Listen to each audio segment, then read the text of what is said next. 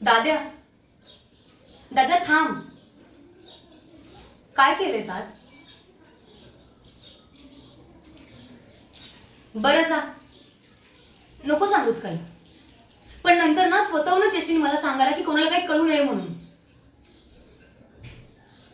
पण हो, तुझ्या माहितीसाठी सांगतेय, घरी ऑलरेडी डाऊट आलाय की तू काहीतरी नवीन पराक्रम केलायस म्हणून.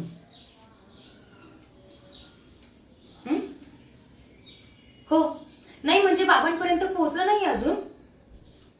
अँड यू डोंट वरी, मी काही पोचू देणार नाही. जा यार, आता नको मला उगाचच लाडीगोडी लावूस. मगाशी मी स्वतःहून विचारत होते तेव्हा नाही सांगितलंस ना, मला भाव खात होतास. काही नको मला. मला ना फक्त एवढंच पाहिजे की माझ्या दादाला कधी कोणी काहीच बोलायला नको. बस. तुला जर कोणी ओरडलं, तुझ्यावर आवाज चढवला ना, मला अजिबात नाही आवडत खरंच. बाबा, वहिनी, तुला जसं समजतं ना तसं तू अजिबात नाहीयेस रे. हो का? मग का ओरडतील ते तुला? सांग ना, ते का ओरडतील तुला? तू हे असले काहीतरी नसते उद्योग करत बसतोस. मला कळतंय रे, हे सगळं ना फक्त त्या गायत्री वहिनीमुळे होतंय.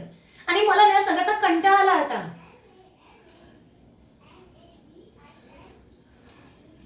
कधी आपलं घर आधीसारखं आनंदी असेल, सगळे असं बिनधास्त असतील असं झालंय. आणि त्या घरामध्ये गायत्री वहिनीची भीती नसेल कोणाला.